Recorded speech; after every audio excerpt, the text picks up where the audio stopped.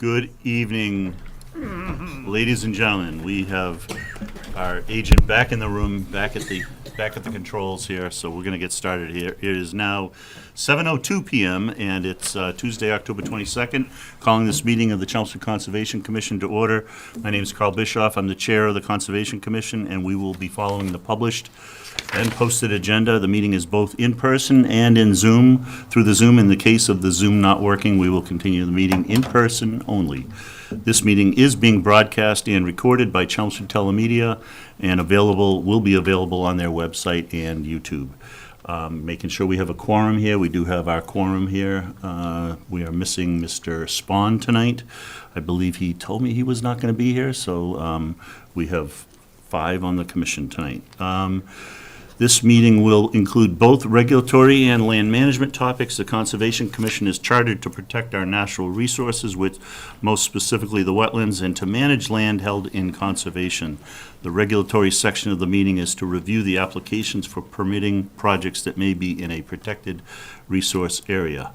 We will start our meeting with open session citizen concerns. Are there anybody in the audience that has a concern that is not on our agenda that they'd like to bring forward? My name is Iva Mooney. It is on the agenda. However, it deals with the request for the cranberry bog evaluation. Can I ask my questions now, or should I wait until she speaks? Is she going to join, David? Do we have Jenna? We don't have her yet. I've sent her an email with the link in case she doesn't have it already. So hopefully she'll get in shortly. So, Iva, do you want to share your question now, or do you want to wait for? Why don't we wait until Jenna gives wait. her presentation? Yep. Okay. Okay, thank you. Thanks, Iva. Okay, we will move on. We have a representative from the planning board. Hello, alternate tonight? Yes, so associate, please. Associate, Member. Yeah, replacing Chris LaValle, who went to San Antonio, Texas for some cooler weather, apparently. Yeah, last week we had the one that most concerned, I think, Conservation Commission was 4 Palet Drive, which is up in that area that has had a lot of flooding, and apparently they're trying to put some parking behind the apartments because people are parking in the cul-de-sac, and that created a lot of concerns about water and stormwater and that sort of thing. So we continued the meeting, and so we'll see what comes of that. And then this tomorrow night, we have 2 special permits for use and also a minor site plan, and then we have a couple of. We're actually going to be discussing zoning at the planning board for once. Be reviewing our Bayard overlay, and then also Kate's Corner as far as zoning conflict kinds of stuff. But I don't think anything necessarily is going to concern commission. So Great. That's kind of what we have up on schedule. And also, I have to say, it's kind of sad that there was a missed opportunity for Mr. Swenson there to have a photo op with the beaver, because I thought, when you had the beaver here, because I thought that might have been a step to world peace, but maybe not so much. All right, that's it. Any questions? Any questions for Joel? All right, thanks, All right, appreciate it. Thank you. Okay, so we have Jenna now. Oh, Got a okay. reputation with the Hello, Jenna. Good evening, guys. How is everybody? We're good. Fine, Why don't thank you you. tell us about your project and what your request is? And a little bit about yourself. Yeah, thank you guys so much for having me. Thank you. Great. So my name is Jenna Oops. Ward. I graduated from Chelmsford High School in 2021, and I'm currently a senior at Clark University in Worcester. And I'm majoring in environmental science and policy, and I'm in a class right now that is, I'm actually in 2 different classes, but I'm kind of combining some research from both of them to do a final project this semester, which is really exciting. In my ecological restoration class, we were looking at former cranberry bogs that have been restored. And we were looking at the plant community composition. So what plants are there, how much, between 2 different former bogs, Plymouth.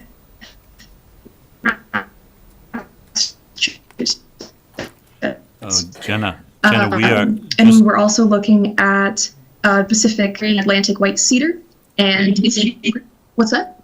Oh, Not hearing you. yeah, we're Did I catching freeze? about every other word. We have not the best connection. Maybe if you turn off your video, okay. turn off your video, that might help. I'll be right back. Oh, okay. Is that better? Yeah, let's go with that. Let's try that. Okay. All right. Sorry about that. Thank you, guys. How much did you hear? Would you like me to start over? No, we got most of it. So you've got different Okay. species you're looking for. Yes. So we're looking at what species are present, and then also this specific tree, Atlantic white cedar, which is what the bogs were mostly full of before they were kind of converted into cranberry farms. And so part of the restoration is bringing those trees back. And so we're looking at, are those trees present, and kind of how common are they? So my interest with the Chelmsford and Carlisle cranberry bog is to look at a bog that has not been restored and what plants are present there, how much, are we seeing any of this Atlantic white cedar in this bog, and how do they kind of compare and differ? I live right near the cranberry bog. I grew up there, and it just has a very special place in my heart. And so when we were doing this work for my class, I was like, I would really love to bring in another bog and kind of get to explore it in a new way. So I will be taking with your guys' permission, of course. I'll be taking my class to the bog, I think sometime next week, and we'll be looking at the plants that are there, and then making a report that I can share with you all when that's all finished of what do we find, how do these things compare, and yeah, so it's a really exciting project, and I just love the bog, so it's fun to get to bring in kind of one of my favorite places in the area to my friends in Worcester. Great. Let me see if there's questions from the commission here. Chris, do you have any questions? Oh, that sounds great, Jenna. No, not yet. Looking forward to your results. Bill? Not right this second. No, I'm good, whatever. Dave, do you have a Thank you so question? much. So Jenna, are you going to be looking just at wetland plants or upland plants as well? Yeah, that's a great question. We'll be looking at plants that are specifically in the bog area. So like if you're familiar with the cranberry bog, there's kind of the walking paths, there's a forest area, and then there's the areas of land where cranberry was actively farmed and kind of where the cranberry plants were. So we would be looking at those areas where it was formerly just cranberry plant farming. So not in the forest as much this time, maybe for future studies, we'll see. But because that is kind of the main variable that's the same across them, they were all former cranberry bogs. And so looking at what was supposed to, when the farm was around just cranberry plants, what is there now? There's still cranberry, I'm sure, but what else has moved in? So Jenna, my understanding, are you asking the Carlisle Commission as well? Have you talked to the Carlisle? Yes, I've actually received permission from the Carlisle Commission last week, I think. Okay. But Because grew up in Chelmsford, so I wanted to make sure I talked with you guys too. No, I appreciate that, but based on what you're telling me, I'm pretty sure all of the cranberries were grown in the Carlisle side, not on the Chelmsford side. But it's great to know Yes. you're doing that. And we definitely would like to hear it, hear the results. Any more Absolutely, thank you. questions, David? No, I don't have any. So we're giving you permission, I think. I'm seeing nodding from the commission. Iva has a question. Yeah. Oh, that's right. We had a person online. Iva Mooney, do you have a question? Okay, thank you. I think she answered my question. So you're focusing basically where the cranberries are being grown. You're not really focusing on like was indicated earlier, the uplands area. Is that correct? Yeah. Hello? That's what we heard. That's correct. Okay. Yeah. she just be looking at the plants that are, so she'd only be looking over the next month or so at the vegetation. She wouldn't be looking at wouldn't be a long-term study that would extend, more than a month. In other words, I'm trying to figure out what vegetation, there'd be vegetation that would already be not visible now. So unless she, was there for a longer period. So I'm trying to get a handle on what the time frame. It's a week, 2 weeks, a month. Hello? Jenna? Yeah, that's a great question. Thank you so much. So this will only be going and sampling at one point in time. So that is, one limitation to this study. But it's what we did for the other cranberry bogs as well. We're just looking at the vegetation that's present at this kind of one period of time. But one of my professors is a botanist. Like her specialty is specifically plants. And so she's been able to kind of tell us, even if it's a plant that's kind of dead because it is the fall moving into winter, she's able to really identify and tell us what it is, which is super cool to see. So it is not a long-term study. I would love to be able to do that at some point, but because it's just a one-semester class, and some of the limitations that puts on us, we will just be going and sampling this one time. Okay. Okay. Because I was sort of hoping that perhaps, one of my favorite plants over the bog is the lady slippers, especially the lady slippers that exist, where the dam is, near the point.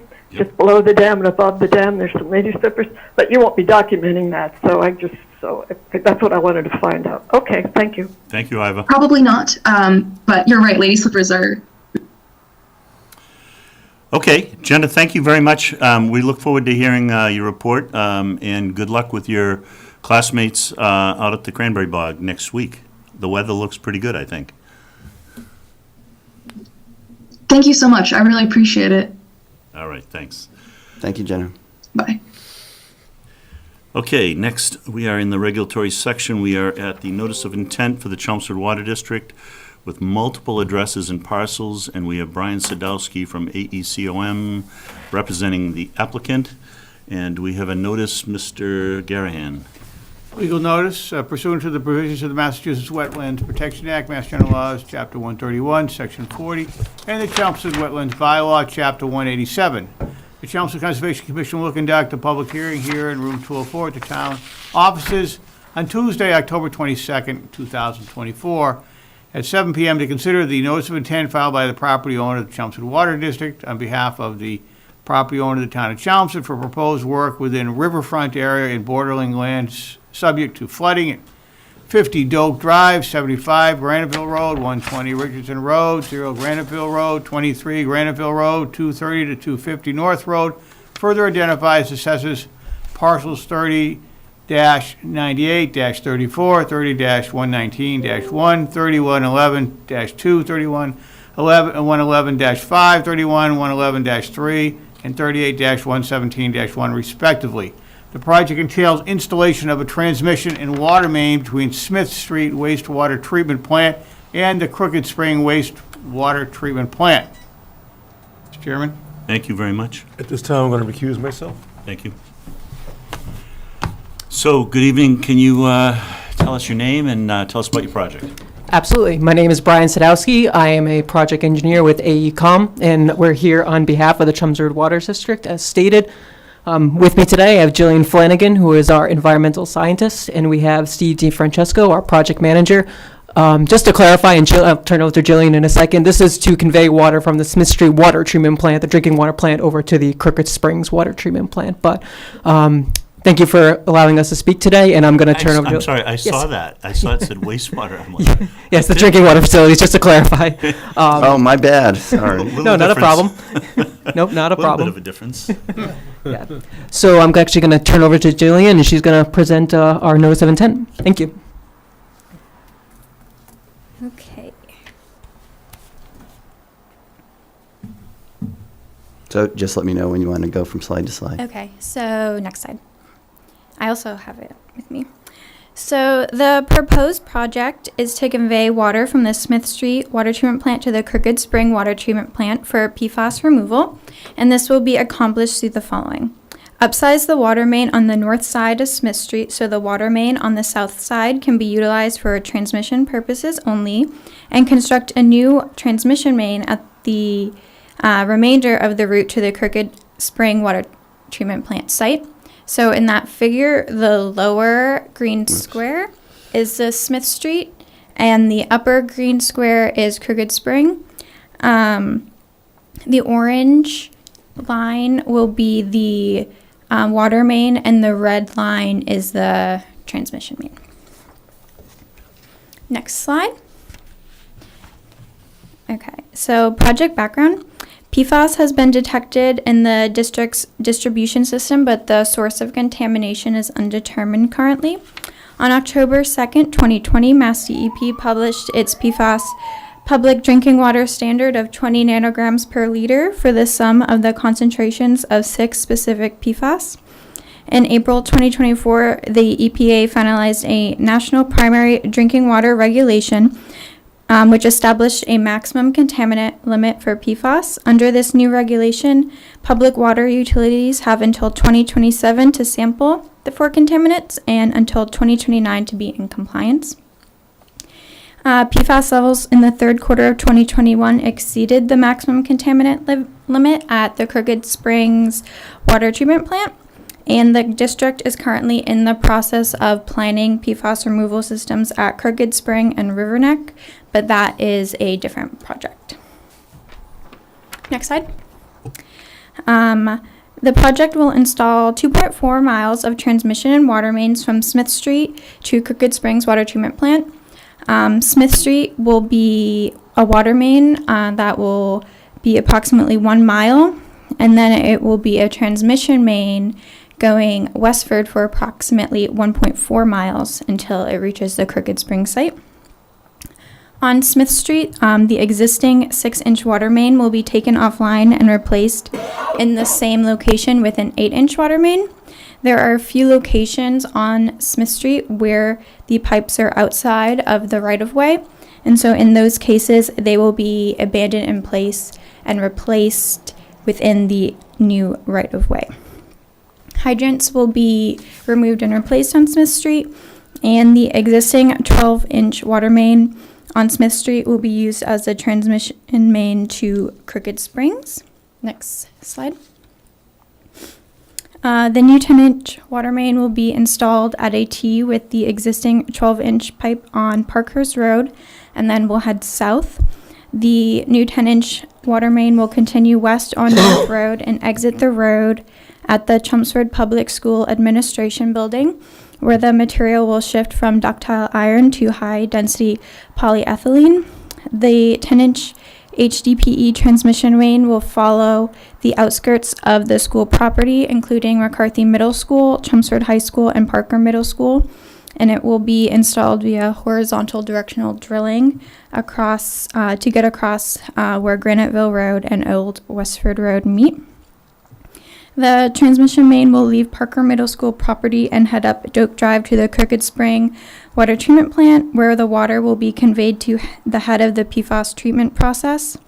There will be no service interruptions to residents in the project area, and the contractor will supply water to residents on Smith Street for the areas impacted by the project, and there is no increase in impervious surfaces. Next slide. So the resources impacted from this project are the 200-foot riverfront area, bordering land subject to flooding, and the 100-foot buffer zone.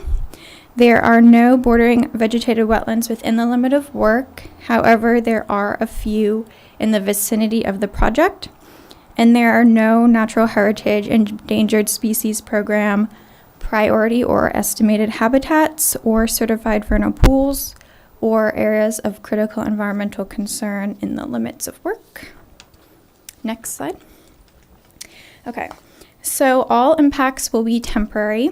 For the 100-foot inner riverfront area, 13,570 square feet. The 200-foot riverfront area, 47,810 square feet. Bordering land subject to flooding is 7,820 square feet, and the 100-foot buffer zone will be 77,920 square feet. And the 200-foot riverfront area does overlap these other jurisdictional areas in some spots. Next slide.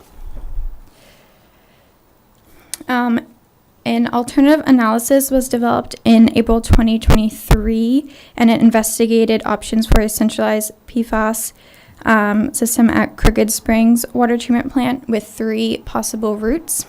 Route option 2, which if you can see is the green line in that figure, was considered for additional consideration. And this was based on the pipe length and anticipated construction challenges. And the proposed route is similar to this option 2 route. Next slide. Mitigation and minimization. Erosion control, straw bales, silt fences, sediment traps, etc. will be installed and removed once construction is completed. All accumulated sediment and debris will be removed after each storm event and at regular intervals. If the catch basin is over 1/3 full of sediment, the unit will be emptied. Measures will be implemented to alleviate dust, noise, odor nuisance, and diesel emissions. A traffic management plan will be developed. Waste material, debris, and trash will be properly disposed of. Dumping of spoil material, waste, or other debris in wetland resource areas will be prohibited. Excavated material will be backfilled and covered at the end of each workday. Next slide. So this project can be permitted as a limited project under 310 CMR 10.533D, the construction of underground public utilities such as water lines. It will be, the project will comply with the provisions, including issuing authority may require a reasonable alternative route with fewer adverse effects for a local distribution or connecting line not reviewed by the Energy Facility Sitting Council. So alternative routes have been developed and analyzed. Best available measures shall be used to minimize adverse effects during construction. So we just went over those. Best available measures shall be used throughout the duration of construction to minimize adverse effects within the project area. The surface vegetation and contours of the area shall be substantially restored, and all surface vegetation and contours will be restored to their existing conditions after construction. All sewer lines shall be constructed to minimize inflow and leakage, and this is not applicable as no sewer lines will be constructed during the project. Next slide. The general performance standard for the 200-foot riverfront area, aligned in 310 CMR 10.584, will be complied with. Protection of other resource areas. The work in the project area will meet all performance standards for bordering land subject to flooding, and in the buffer zone, minimization and mitigation measures will be implemented. Protection of rare species. There are no rare species habitat in the project area. Applicable and sustainable equivalent economic alternatives. Several alternatives were developed. Next. General performance standard for bordering land subject to flooding, outlined in 310 CMR 10.574. Compensatory storage for lost flood storage volume. No change in existing elevations is proposed for this project. No increase in flood stage or velocity. An increase in flood stage or velocity is not anticipated since the project will be restored to pre-construction conditions. Protection of wildlife habitat functions. The overall project area doesn't provide high quality wildlife habitat since it has been largely altered and is comprised of lawn and roadways. However, through mitigation efforts, the existing wildlife habitat functions will not be removed. I think that's it.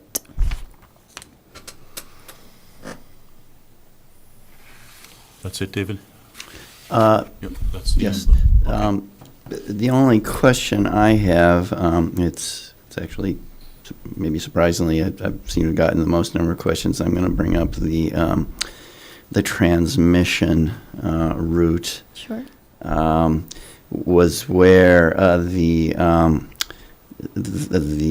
line is going over the school property. So. I think which. Why am I not finding it? So is this? It's the start of when it goes over the school property. Okay. So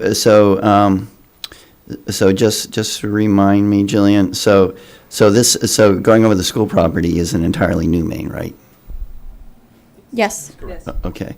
And so is that the transmission main or? Yes, that was Water the main. transmission main. Okay, that's what I thought. So, I guess then the next one would be continuing over school property. So, there it's following the road. So I guess in this location over here, that's going through. Is that an athletic field, I guess, or? Softball field. Softball field. Okay. For some reason, that was, I got several questions on that. Okay, that was really the only question I had. I think just general comments are, this is, aside from the fact that this is over a relatively large geographic extent. It's actually a very simple project. It's actually not going through any actual wetland resources. Yeah, it's going through riverfront area, but it's temporary disturbance. Really meets all the performance standards. I would just recommend keeping the hearing open one time to get DPW's comments, and in particular any requests for any conditions they might have to be included in the order of conditions, because there's not going to be any other town boards which are going to be reviewing this. Oh, okay. Okay, That's all I have to all say. right, we'll ask the commission if we have any questions. Chris? Yeah, just a general comment, Jen. I think this is going to be a great project. It's, one of our key interests on conservation is the protection and safety of our public water supply. And this is going to really help us address this PFAS problem. So the water is going to be safer for every resident in town in the Center Water District. So, generally, this is going to be good. Also, a couple of questions. When would you anticipate the project starting?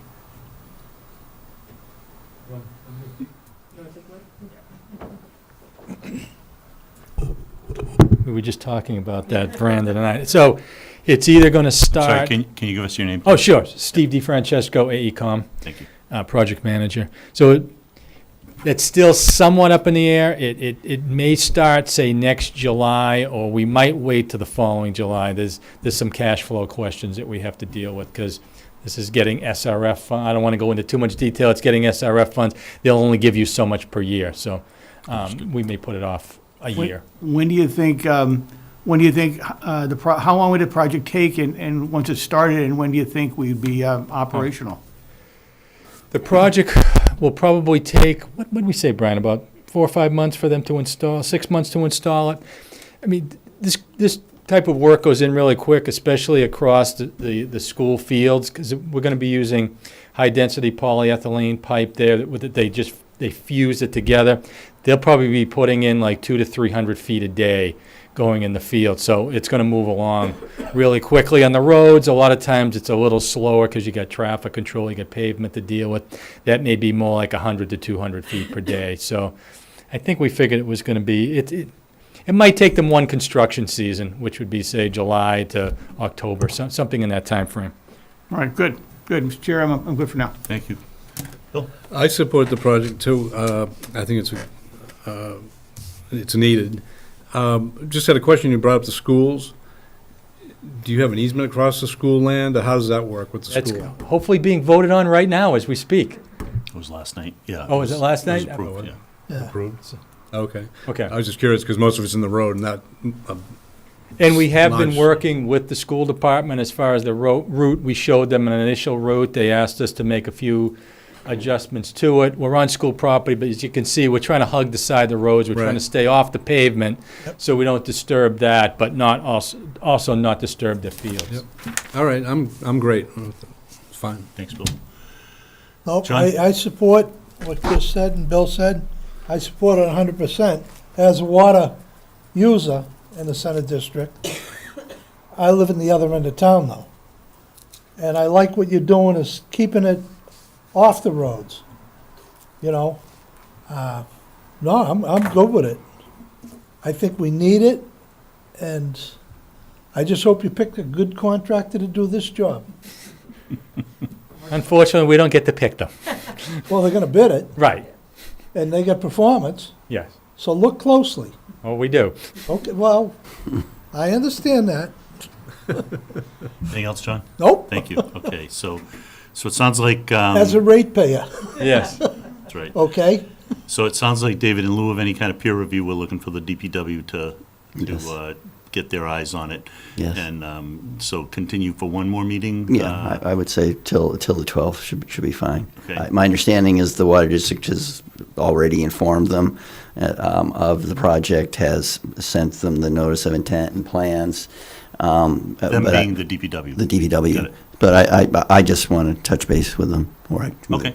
as part of this public hearing process. No, I'm with everyone else here. I think this is good. It's in the public interest.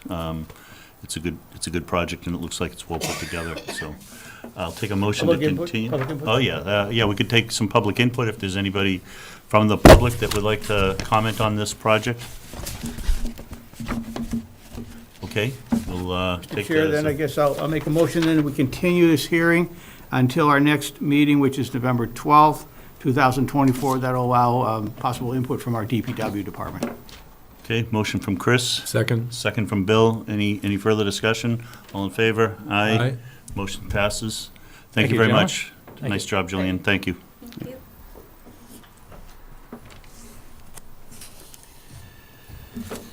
And Mr. Mark is coming back in the house.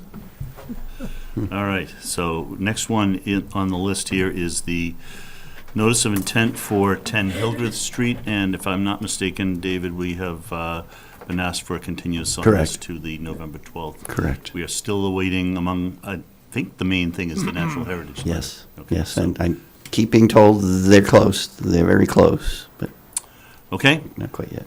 kind of know how that goes. I move then to continue that hearing until November 12th. Motion from Chris, do I have a second? Second? Second from Bill, all in favor? Aye. Motion's unanimous, meeting is continued until November 2nd, the hearing is continued.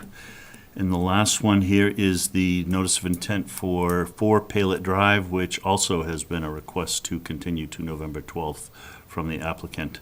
And do we have a motion? Any comment on that?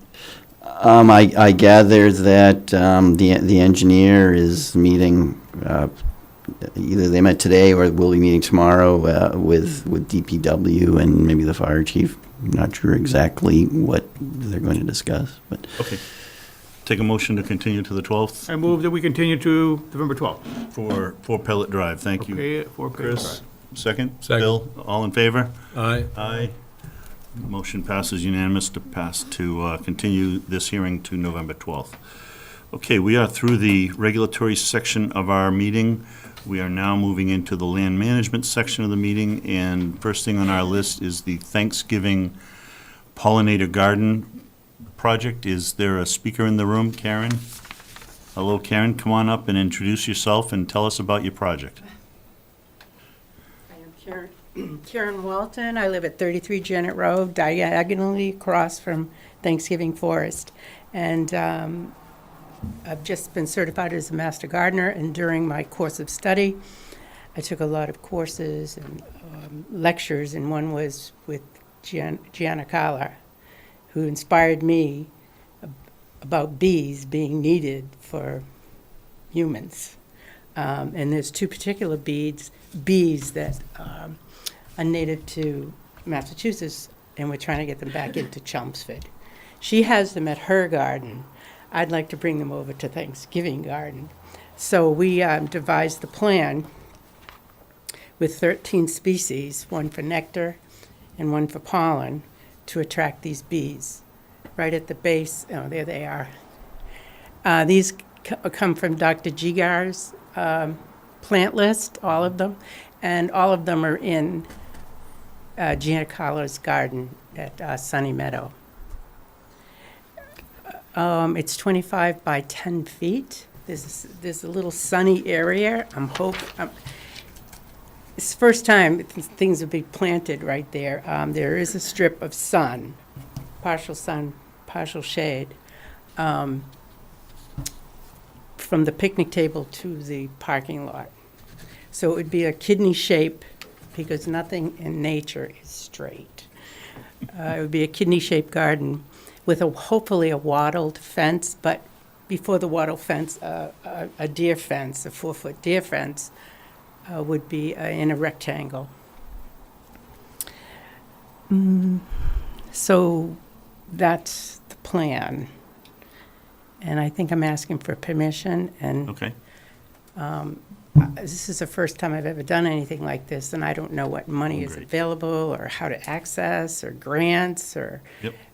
GoFundMe. So we can find some ways possibly to help you there. There's, okay. there is some money in the Conservation Commission. We Okay. can go offline with David and I can talk with you and we can figure out what this might look like in terms of cost Okay. and look for sources of funding. Right. I'm happy to spend some time with you on Oh, that. that'd be great. Let me just ask the commission if there's any questions. Chris, do you have anything you want to No, I ask? mean, I think we could partner for some seed money, so to speak, you know? Gina Collar's just offered all the plants from her garden. Okay, Oh. good. Through seeds and transplantation. So the plants that were in the proposal, Nice. but we do have a question that if one of these Dr. Giger's plants doesn't survive there, if we could put another one in its place. I mean, Yeah. okay, Oh, yeah. yeah. Okay. They're all native. I know Yes. his list. I've seen his list. I know that spreadsheet. I know John Carla. I know you're in the right Oh, space she's a with her. wonderful mentor and guiding Yep. me through this process. Yep.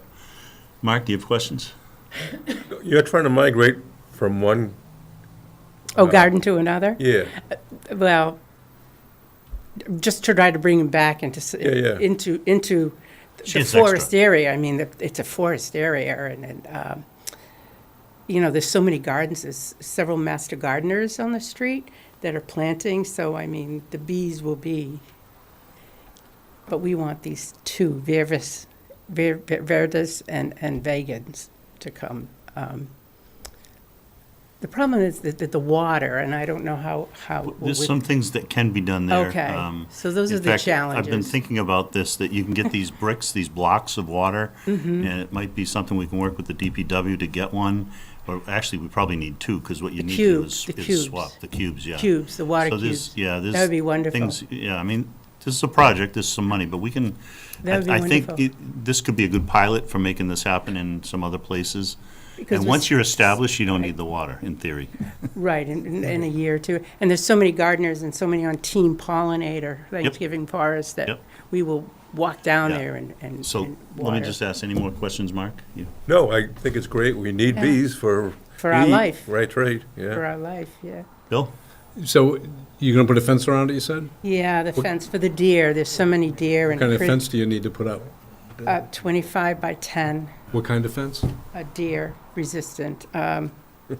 It's like, it was like at Sunny Meadows, it's like gridded Okay, with posts and a gate. yeah. Like a chain link fence? It would It have won't to be be permanent, but, smaller, yeah. smaller and grid. Oh, okay, okay. That would be the fence around it, but we have an artist and a landscape artist that would like to wattle. It's weaving a fence from natural resources Okay. in a bean shape, in the kidney shape. Yeah, it sounds good to me. I wish you good luck with that. I support that. Thank Okay, you. John? Yeah, I'm good with it. Good luck with the deer. So, I know, So I just had a couple of questions. I know. oh, go ahead. I think you answered the first one already. So in terms of maintenance, it's just some watering that you're going to have to do? Yes, and weeding and. Okay. And what sort of plans do you have to do the follow-up monitoring to actually look for these bees and see if they have returned? Well, that's where I have to be guided by Gina Collar. I have the photographs of them, but I haven't seen them. I have not seen them in. So I have to go to Sunny Meadow and sit there with her. And She's committed to help. Okay, and Yes, we might be able to get some additional help as well. I personally would like to see, all of the pollinators, do a survey of all the pollinators that use this. Certainly Oxbow has some good entomologists that would be capable of identifying, probably all of the species you might expect to see there. So that's a possibility as well. We could get some additional help in terms of the That would be wonderful. identification. And I'm ready to connect with the master gardeners too, we could possibly make it a project garden where master gardeners come once a month and work it. That'd be great. And it would be good to see, the written reports, what you do find, after, all the monitoring. Mm-hmm. It'd be good to see. It's a first, it's a first attempt. So, Great. Vision. my only comments are, I know that one of our audience members is planning at the next meeting to present in the same space a project to put a boat ramp for canoe and a accessibility platform out in the brook. And so we want to make sure that we can make these projects work together. So we might talk about having you stake out where you're thinking this to fit and make sure that the Absolutely. access can still work and that we can make two projects compatible. So that'll be at our next meeting. Okay. But in the meantime, it's Dave sitting over there at the end. Oh, okay. Oh, the So boat it's- ramp. Oh, people would love. So a many scouting- people visit that Yeah, forest. it'll be a scouting project, and so the Conservation Commission owns that particular space, but as soon as you get right next to the water, it becomes the Chelmsford Land Conservation Trust okay. property. All right. And so it's kind of a project for them, but they have to traverse our property. So we're gonna have that discussion, and they'd be going right by your project. So we just want to make sure that you're not blocking what they're doing. So, but I'm pretty confident, knowing that space, that we can make It's a it. big We can make it space. work. Yeah. It's a big space. I just know that you don't have a lot of sun in there. It's a Well, there is a window sliver. of sun is a sliver. There is a sliver. Yeah. And that's what Gina Collar and I were talking, well, if these don't, what will work? Yeah. What will work? And that's the game, is you figure out what works and go with that. And Right. And there's also these, I don't know if you know, there's Norway maples Maples, there yes. that are not conducive to If planting. they're on our property, we can maybe do something about that. Feel free to get rid of those. Actually, It's called No Way tree, not, so we are Any willows? actively working to get rid of the. right. Well, that might be a different story, John.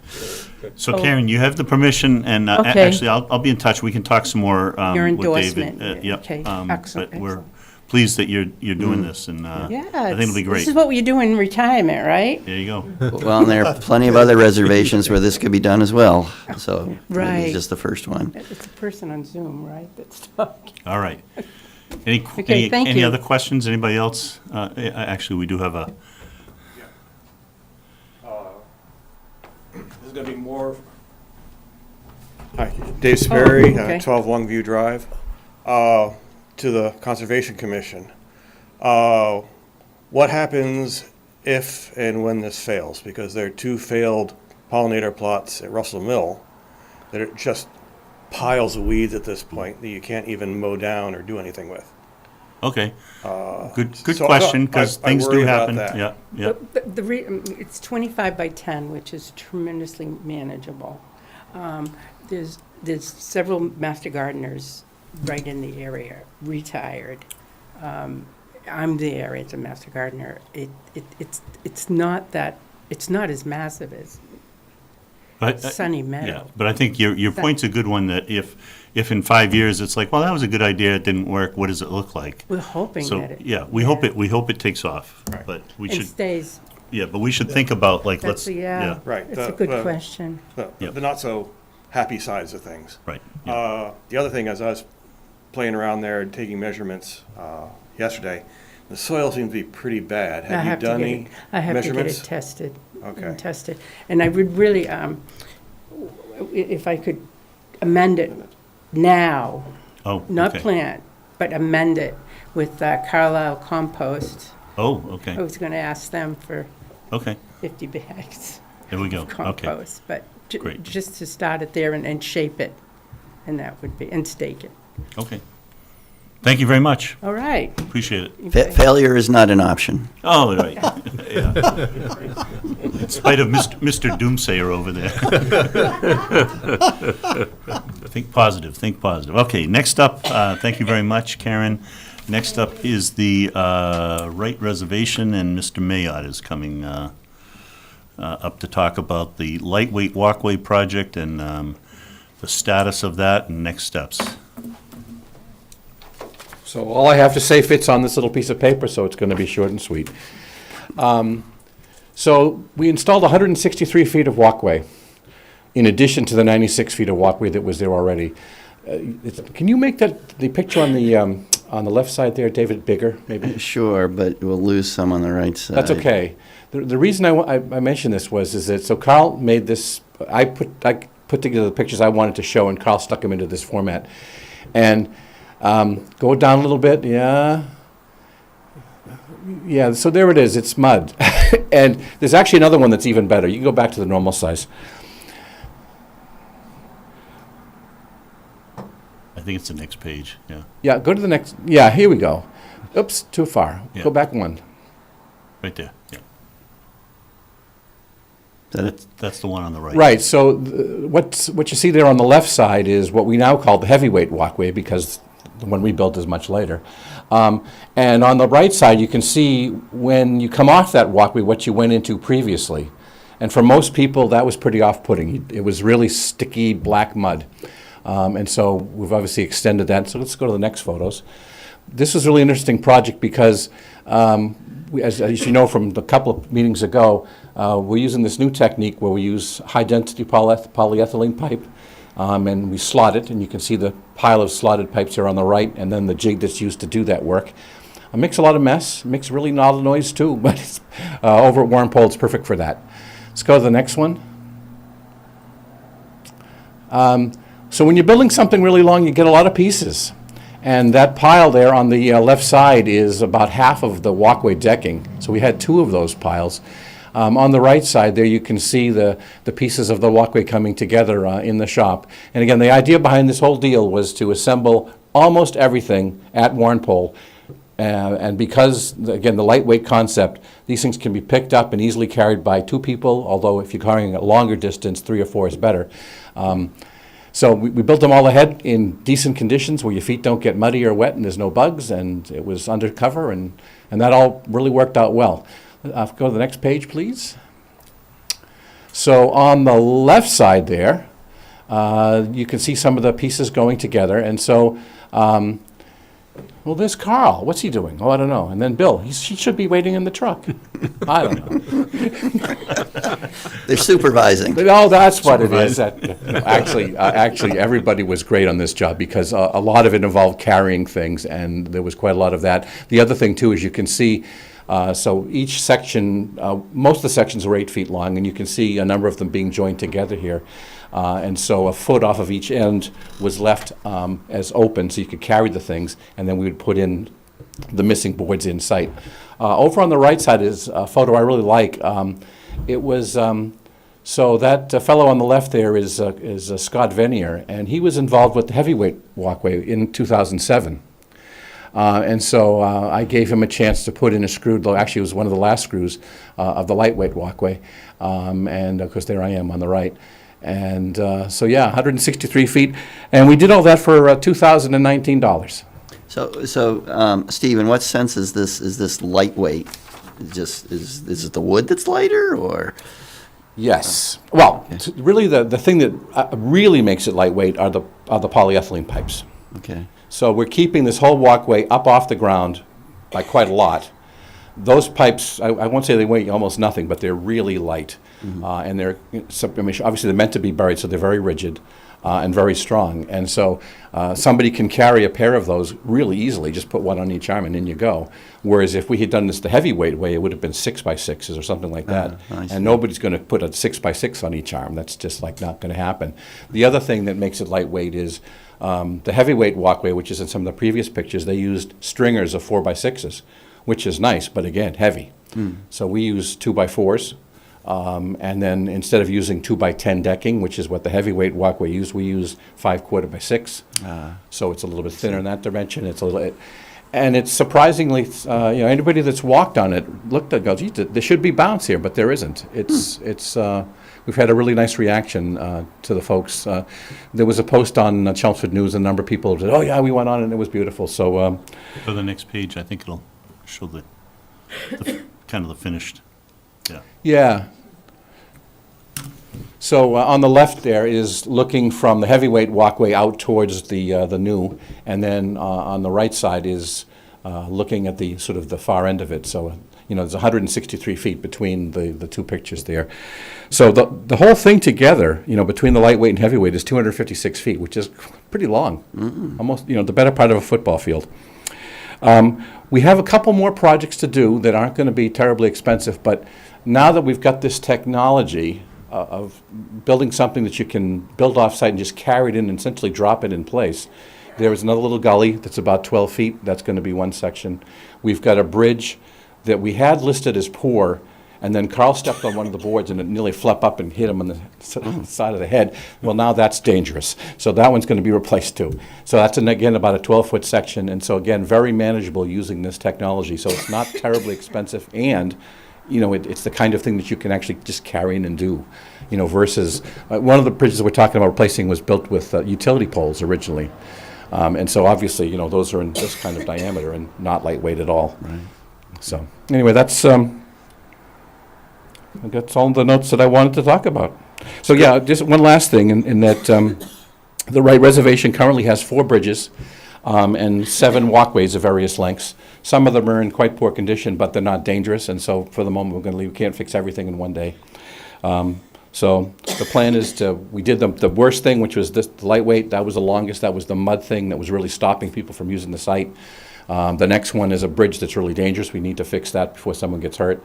And then there's another little muddy section that we can quickly get in one whack, and so we're going to do that one. And at that point, we'll have a site that you can walk around in maybe even white tennis shoes if you dare, and you'll be all right. Good work. Thank you. Any comments, questions? Awesome, great.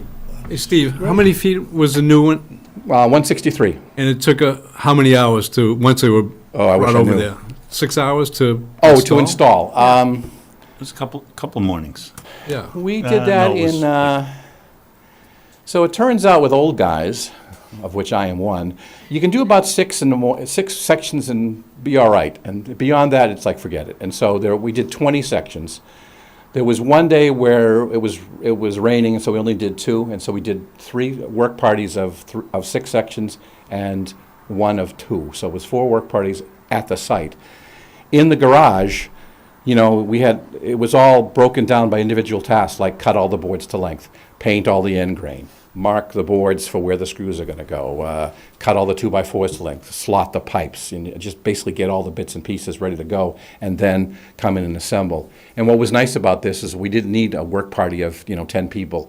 For the jobs in the garage especially, it's like, okay, I need 1 person to help for an hour, 2 people for an hour, whatever. And just, so a number of people were able to get involved with very low effort on their part, which makes getting volunteers easier. And so that, nobody got hurt. That's the key thing. Nobody got too exhausted. And Yeah, beautiful design. thank you. You got that from Bedford, right? Again, Dave got it from Bedford. Yeah. Right. Saw it there. Yeah, it's beautiful. It's and with those plastic pipes, you can put them in the water. The water can go underneath and We pass heard right this through. earlier in the early presentation. That's what they're using for the water. Right. I mean, so we have Yeah. transits for water every 6 feet or so. Right. And that, on the right side, right side picture, I think that's about 60 feet long right there. So that's a lot of opportunity. Because the other thing is that the deckway is well off So there is actually no wood touching Right. the dirt, which is going to help the life of that a lot. Right, it's perfect. Yep. Now, I want to add, independent of this, Jim Martin from the tree committee and Scott's wife Amy are working on, if you remember, there was there was a young lady in the town in like 2012, did a paper, a presentation for the site for the tree identification, because the Wright Reservation, the trees there are really, it's a good mix of trees. But it's old, it was getting worn out, and we connected with the young lady who did it, who's now like 30 years old, and she was amazed that we found her. But we have the document, and Jim is working with Amy to update that to a new version, and I think they're gonna use what 3 words, and identify where certain trees are. So in combination with this, I'm hoping that we kind of can roll out like a new Wright Reservation with a tree scavenger hunt kind of a thing, and the walkways, and fix up the other ones. So in the next couple of months, it'll be kind of a, hey, this site that's got a lot less use in the last few years because of that mud and a few other things. I think it'll start to be a much more interesting site. And we have a trust fund with that site, and we're using the money to make it happen, which is what the 50 years ago, Mr. Wright's descendants, that's what they were trying to do. And so we're trying to honor what they were doing. So this is a great example, along with what Jim Martin is doing. we need to thank the DPW because they donated those pipes, right? Yeah, when you say $2,000 plus the Yeah, DPW so, right. pipes. Yeah, the stuff that's on top of the pipes is relatively inexpensive. The Right. pipes are actually quite expensive. Now, I'm sure they're getting a deal, but yeah, we got them from the DPW. So a big shout out to them. All right, that's Thanks. it. Thank Thanks, you. Steve. Very good. Thanks, David. Thanks for sharing that. All right, so the coolest is next on the agenda. So we had a site walk last week. We're going to talk about the site walk. We're going to talk about some update on the status on the CR and some other stuff. So I'm just curious your comments on our site walk last week, fellow commissioners. If you have thoughts. Great. You great weren't site there. walk. You were there today. I was there today. I did my site walk today. Wrong Tuesday, but you've Wrong been there Tuesday. other days, so. Great But I sidewalk. saw the marks on the rocks and stuff, and I got some ideas on that. I like that red maple. That thing was awesome out there. But, I think a lot of work's been done out there. Coming right I mean, along. There's a lot of evasives been taken out of there, which is not easy work. And I appreciate all the work that John Ray has done and the other volunteers have done out there. It looks great. It was a good sidewalk. Good, okay. Any comments, Mark? Anything? No, I So- thought a tremendous amount of work's been done out there, and we might be able to get this under one umbrella and find out they head in one direction with one leadership. I think that's important to get that out there. But Okay, so, John, if you want to come up, let's talk a little bit. I know that I've heard you, it's been mentioned, you said after the last meeting that you weren't able to get the shed, request for a shed in, so let's. Thank you. John Ray, 223 Pine Hill Road, 4 doors up from the Coolest Farm. I've been there with John since January, and we had summer, and everybody left, and there was 3 of us, me, myself, and I. And sometimes I argued with myself, but most of the time I won. So actually, the timing of this is impeccable. I freaking love that bridge concept. Oh, isn't that good? Yeah, I think that we have a temporary bridge that we thought was wide enough. We had to put it in because there was water there, and we'd like to move that down at some point in time. That would be a perfect, That's down in the back. in the back, sort of in the towards back solar down field. over by the pine trees. Yeah, yeah. okay, Yeah. yep. I'm sort of like a self-starter, okay? And I'm anxious to get stuff done. So I've made some requests, Carl, to this organization. I'd like to get in with the baseline survey people to ensure everything they want, need, that we get them, that I'm on the site 3 to 5 days a week, much to the chagrin of my wife. But I'm there, and I'm talking with everybody and being hopefully pleasant to them. Well, I am pleasant to them, but I'm not interrupting what they want to do. But then you get good ideas from the people that are there as to what you want, what they want, not what I want, what they want. So that's the way I operate, and I would be a good go-between between this committee and the population. So what I'd like to have is the freedom to know that I could, if I need the DPW services, that I can ask for it. And asking for it is all dependent on their time frame. I totally get it.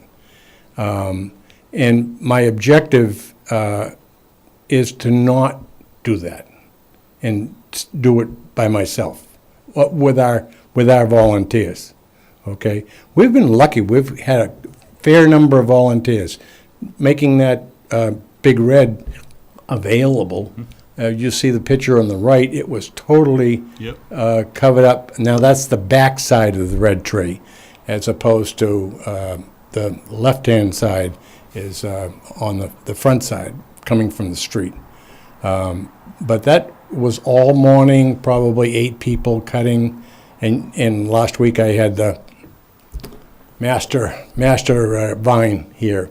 So I really would like to get, I'm not sure why DPW was told not to assist us.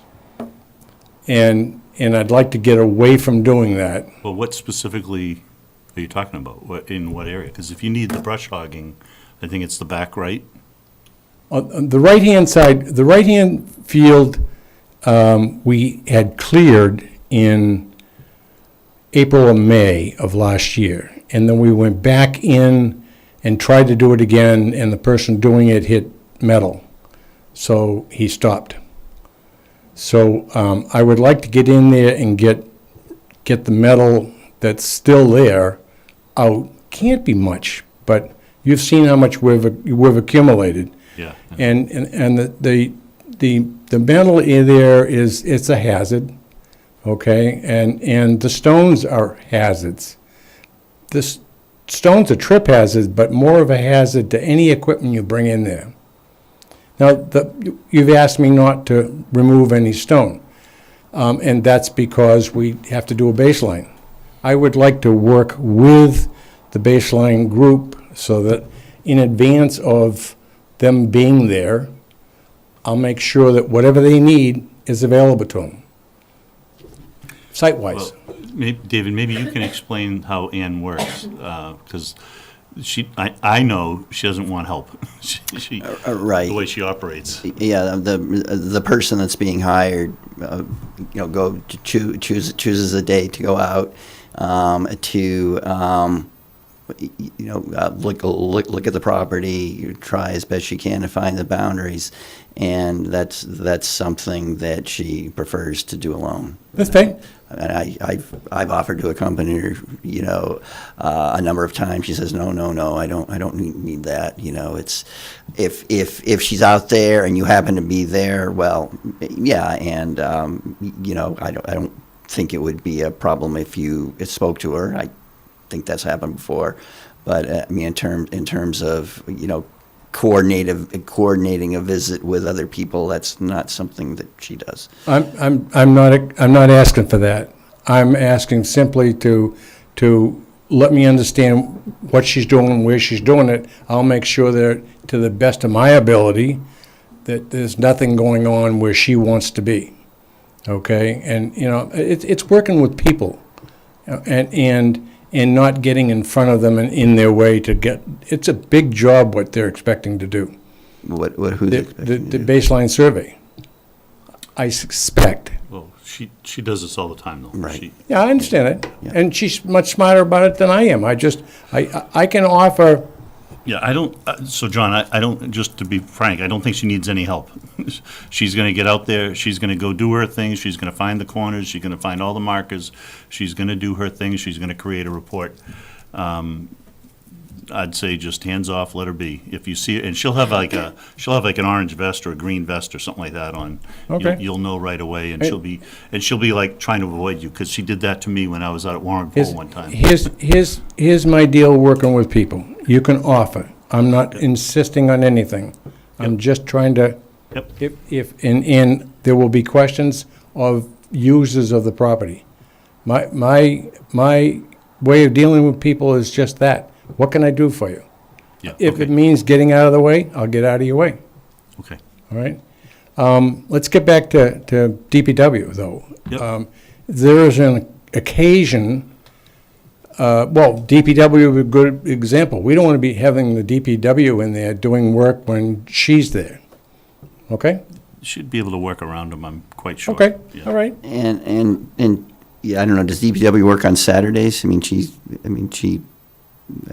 Not- weekends. Generally not, Yeah, I mean, I think more often than not, she goes out on weekends. I can't guarantee that'll be the case this time, but I think that's often the case. So Okay, I don't think that should be an issue, really. so DPW access is not a problem then? Well, we need to know specifically what for. At some point in time, I need to remove some stones. Can't be having stones removed. We've had that discussion. Right.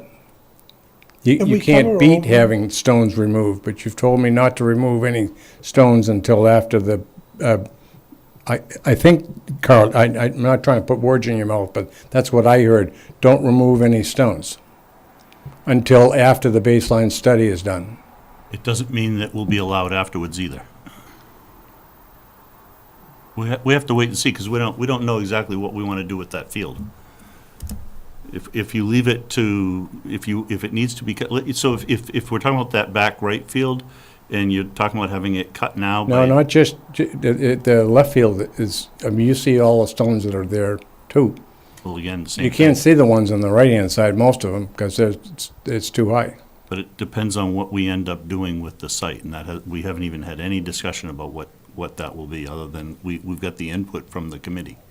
But that's not necessarily the answer. So the vision statement that I've drafted, really brief, has been really from residents that have come, and that's what they're looking for. And that's what I've been marching to. If I need to march to a different tune, So again, we've said this, the select board's asked us to take charge of that site, to be responsible for that site, for everything that's happening on that site, with the CR, with the BDR, and with whatever's happening on the site. you're telling me something I'm not familiar with. John, we've had that conversation a number of times. Paul and the select board have asked the Conservation Commission To take- manage the site. Yes. That's all I've heard. What am I missing? You're going into more detail than I am aware of. It's a problem with the,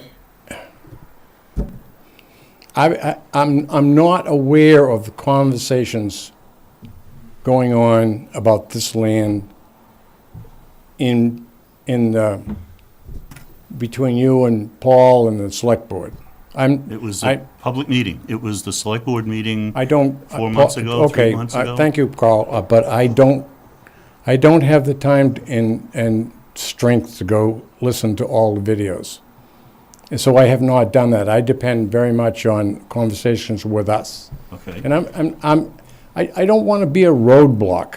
No, Okay, I just want to know be you- able I know you to don't. convey Yep. what's going on and expectations of neighbors, abutters, Yep. users. Yeah, and I appreciate that, because you're there and you get a lot of input from a lot of people. You were part of the committee that was the task force, And is so that being recognized 100%. by, Yeah. of what they're looking for? Yes, yes. All right. But we're taking that in, as a committee, we have to figure out how we want to move forward with that information. And we haven't had any real discussions about it, other than last week was the first time we were at the site, Yep. that we were able to kind of get our eyes on the site and start, getting some ideas about what makes sense. You know, with Warren Pole, this was a many-year project. It was multi-year. And it's still going on. To get it, yeah, and it's still going on. I mean, it was open to the public. This one got open to the public much faster, and that's great. But, you know, the Warren Pole, it was 2 years to get a driveway done, which was frustrating Sure. quite a bit at that time, but, you know, we're now 2 years past that. So it's really no different. It's the same approach. And so, you know, Paul has asked a number of times to make sure that on behalf of the select board, that the commission takes responsibility. It's open space, and that's our charter. So I'm confused that you are feeling like you didn't understand that, or you didn't hear that before. Well, I certainly wasn't part of that discussion. Like I said, I mean, this was a, in fact, it was when Mike Raisbeck presented the committee's recommendations. John and I were there. Yep. Yeah. Yeah, at the select board? No. No, this was the presentation at the select board, and at that meeting, it was accepted, the presentation was accepted, and then the select board and the town manager asked the commission to take on the responsibility going forward. That was, And that was in, I don't know, May? I was away on vacation. May, June, something like that. It was late spring. You guys had already done a huge amount of stuff. It was amazing. Well, we did, DPW did. What you see is mostly hats off to Yeah, but you DPW. did a lot of trail work, and Yeah. I mean, the trails Yep. look really good. And they've been concentrating on, Yep. invasive mitigation is a huge task, as everybody knows. Yep. The best way, we're told from experts, is to use herbicides. Unfortunately, I agree. You would not get me to touch a Roundup. And you're not allowed on a public property. You can only use it on. I don't your own. use it on my private property. I don't get near it. Yep. But I've gotten rid of vines that, like everybody else, that Yeah, you've we're got in your struggling yard. with that right now in the town. In Hand fact, pulling is not feasible for the volume, Yep. as you know, Yep. in Warren Pole. So Yep. I know it's third down the stream, and I'm looking for a better solution, but Yeah, so interestingly, or a good thing, last night at the town meeting, there was a $75,000, I think it was, appropriation. yeah, by DPW. For Yep. DPW for invasives management, and it's really on town property, and we're talking about possibly doing Warren Pole and/or Coulis as maybe some pilot projects with some consulting expertise. And I think, what I don't think Christine made really clear, which I think is important, is these pilot projects should be done in a way that can train people in town so that they can take their knowledge and use that in their neighborhoods, or, you know, and in their own homes and in adjacent. Because I think somebody made the point, and it's spot on, is it doesn't help if you solve your problem in your little corner and your neighbors are blowing seeds in on your own on your property. You're losing the battle. You got to make it a more holistic Or approach. it's growing there and the birds are moving it around. Yeah, 100%. And neighbors hiring people to come in and do tree work, and they chop it up and then they send it to wherever, and So I'd like to move us forward here. I know that there were, when we talked after the last meeting, you said that you had meant to ask for the shed. So I want to make sure that we talk about having a shed put on site. a secure shed, because So- believe it or not, some kids just stole it, and It was the crime of the century. you know, Yep. I know. it's ridiculous. So I want to kind of move us forward. So if we put a shed on the site, there's a couple of, There's a cement platform on the Platform. backside of the stone wall in the parking lot that, so if we vote to allow a shed there, it would be essentially dropped in place. If we ever say exactly, get rid of it, and it's easy to move. portable, it could be moved out, yep. So are we okay with putting a shed in there? Yeah, I move that we approve a temporary shed on the Absolutely. property. Okay, motion from Chris, second from Bill. Second. All in favor? Aye. Okay, so, I don't know where we get a shed, but we, you know, if you need, I got a shed. if you get a shed, I- we can, yep. If you see one on the side of the road, it's probably better than the one I'm getting, Is it- because is this there a- person just wants to, got a sucker to get rid of it, A so, red shoe sticking out from under it? Or, you know. All right, so that's number one. The other thing was you talking about brush hogging the back, that back right corner. Right. Is that something you still want to do? Absolutely. I Now, think that's- and then we should talk about what we want to do with that, Yep. because, Take that step. Let's take that step. It'd be really interesting to get that cut and see what's there. But I think the immediate reason, John, is there's some more junk you want to get rid of, right? I'm constantly coming across. Actually, Brian Leary, who's the guy that takes the pictures of Yep. with a trail cam, comes across it because he goes into parts that I've never been in or generally won't go in because there's ticks over there. So Yeah, yeah. So yeah, there's plenty. Yes, I would like to cut that back, and then we'll talk about what to do with it. Yeah. So Carl, let's see I it. move then that we approve brush hogging that back right corner of the coolest property. Is this up by the tree, or is this? Can we just back up a little bit and just brush hog the whole right-hand side? Half of it's already been done. Yeah, yeah, that's fine. Up by the tree and over in the back, there's in a the- small little section, but you were just there, John, so there's some brush that I can't get in with a lawnmower to cut it back. Yeah, the key thing is the time of year is there's no nesting going on now, so it's, Right. to me, right now, it's. Now's the right time to brush It's hog totally it. the right So, all time right, to do so- it. Hit it hard. So wherever it makes sense, Yeah. motion from Chris. True, do the brush hog the right side. And DPW will be do a much better job. Then you. Anybody could do a better job than Just me. joking. All right, motion from Chris, up, second from, A little discussion here. yeah. In the meetings, Carol and Polly had offered to do some brush hogging for in turn being able to hay the field. Who did the initial brush hogging, John? On The right side? the right side, Ken Dews. All right, let me talk to Henry and Well, see. I've talked with them. They're down to 2 tractors. Yeah, I know, he's got one tractor down, Let's, I know that, and his 2240s needs a PTO clutch, so, so. I can't even say that Independent of sentence. who's doing it, I'd like to do the vote that we allow it. yeah, we gotta, yeah. Yeah. But Yep. she had offered to do it in the meetings for the task force, okay, in return for haying and stuff. Well, that's a different discussion, so. But it was in the task force, and it was on public record Yeah. that, you know, but I know he's down a couple tractors right now, Okay. all right? On an immediate basis, if DPW, and they're probably the most overworked group in the city, the town, and I would just bow to anything that they could do for us. Okay. You know, we're talking Yeah. about probably a half a day. So are they going to be asked to do it? Well, that's what They I'm, might be, yeah. but Yeah, I need to have see. Carl say that Yeah, but to we'll- Christine. So, Okay. so again, I wanna finish the Got a motion motion? from Chris, Second. second from Bill. So we're allowing brush hogging to be done on the site. Yep. And then we can figure out who does it. We can talk about that. Yep.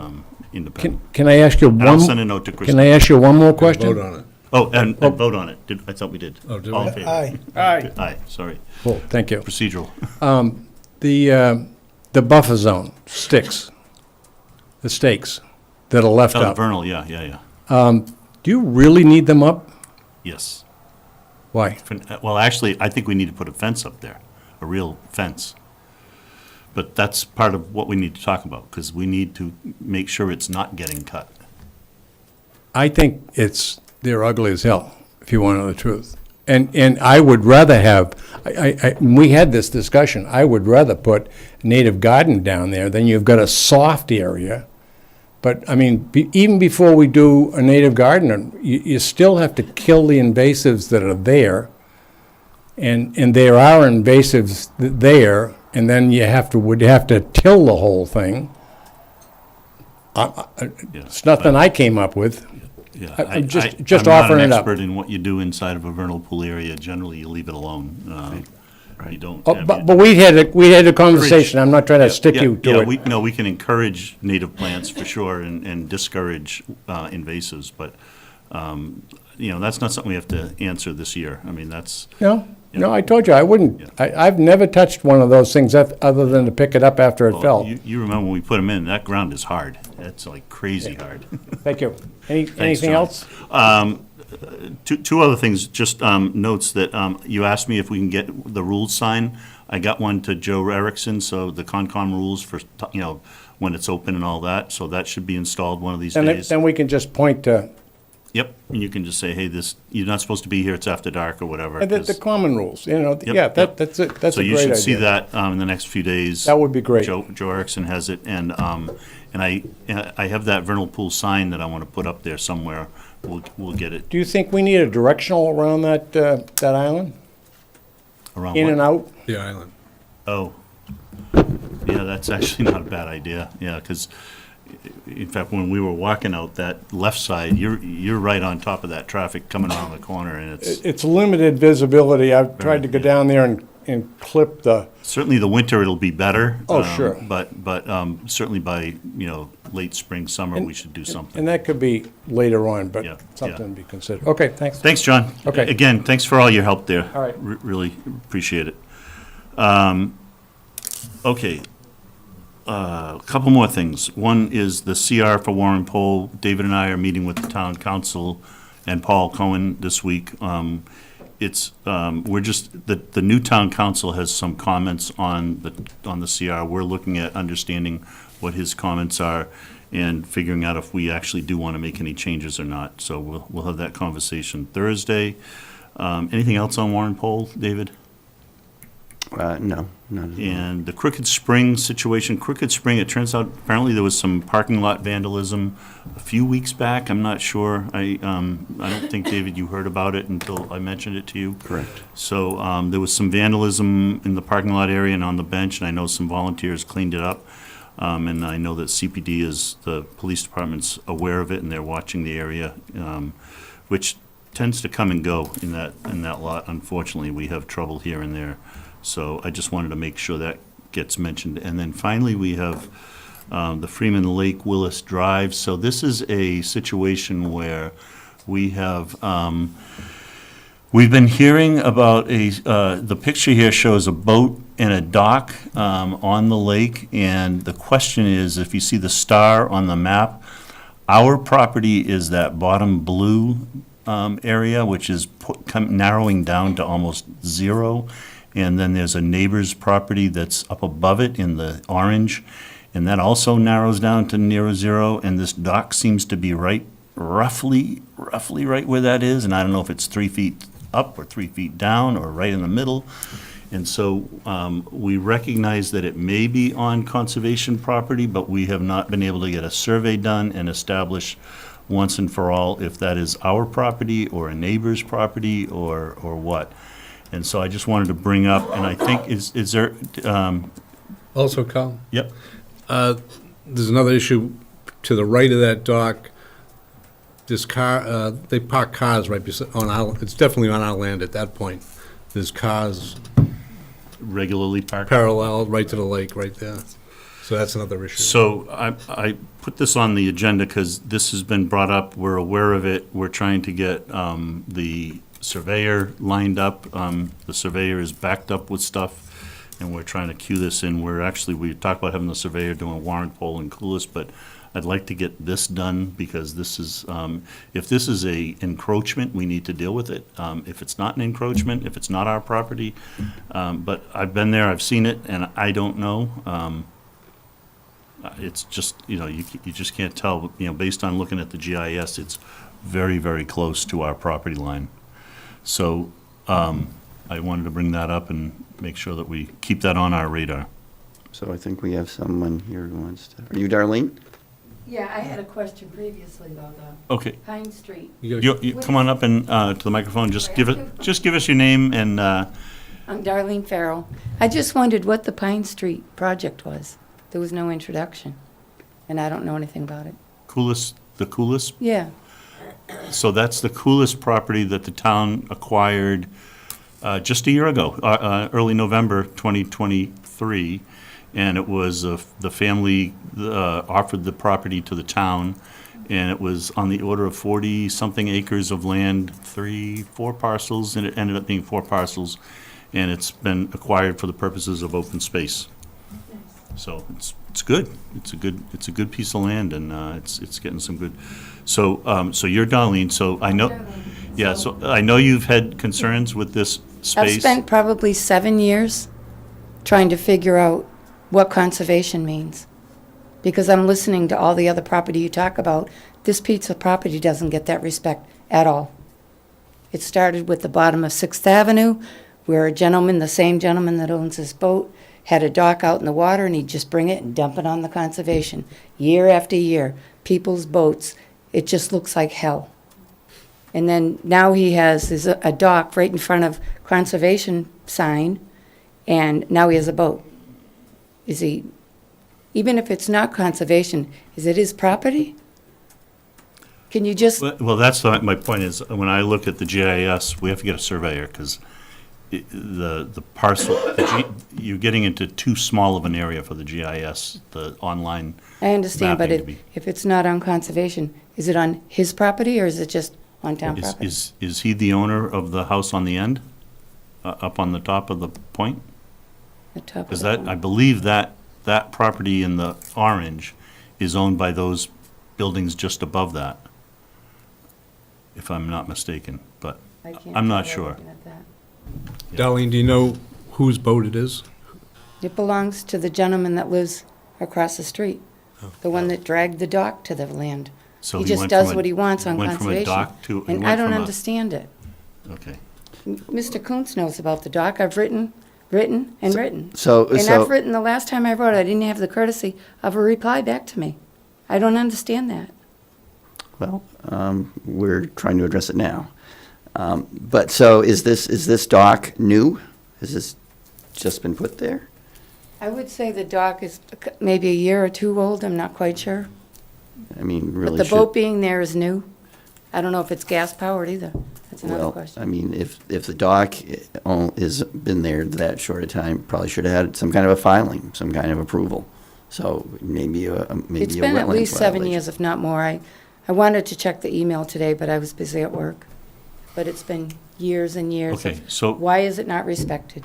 Yeah, so we have to, we are working to get a surveyor who can get us clear delineation of exactly where the boundaries are and whose property is where it starts and where it ends. And we have to start there. So, appreciate your concern. Yeah. How far down does this go past 6th Ave? Do you know that?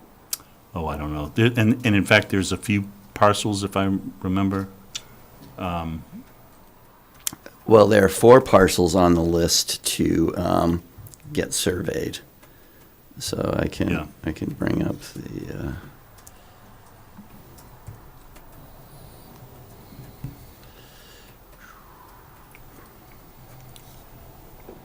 By the way, I used to live in Michigan, northern Michigan. You could never do anything like this to waterfront. That's probably why it means so much to me. I think this is it, right? This parcel. That's the parcel we're talking about, right? Yeah, yep. Yeah, it's really narrow, and, but that's one of a number that are conservation owned. So are you doing all of that? The survey? That's the plan. I don't know Because what. on the other end, from the dock, there's 3 or 4 or 5 cars parked there, too. They used to have their own driveway and they just put a nice patio in their yard. Now they park on the water. So it's at both ends. The parking is an issue. At the top end is where the dock and the boat are an issue. So we've been down there. We put signs up on the tree. You've seen the signs? Some of them were removed. We did it where we knew the land was, but we couldn't go further either direction because we weren't sure, and we didn't want to go on someone's land and There's put. one posted where his boat is. Yeah, we put that there. Yeah. But that. Where the boat is? It's not right where the boat is. I don't think so. No, it's I have a picture closer of to it. 6th. Okay. But Okay, so I wanted to make sure you understood we were working on it. It's on our radar. It's just slower than we'd like. So Yeah. do I just keep looking at the conservation agenda to know what's going on? You can connect with- you can email me. Yeah, you can email David. I'll Will you respond. answer me, though, is the question? I promise. I Because will. you have not when I've written before. Oh, I think I have most of the time, but it's just.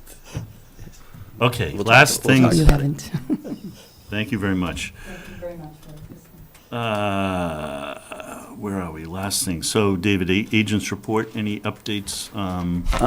So, Speaking yeah. of encroachments and other fun issues. Just updates on a couple of violations. Still trying to get an after-the-fact RDA filing for 35 Brick Hill Road.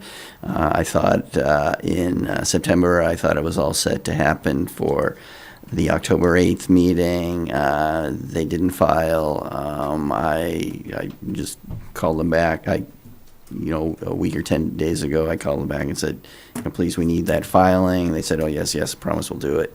Still haven't done it, so I think I gotta be a little bit stronger with them.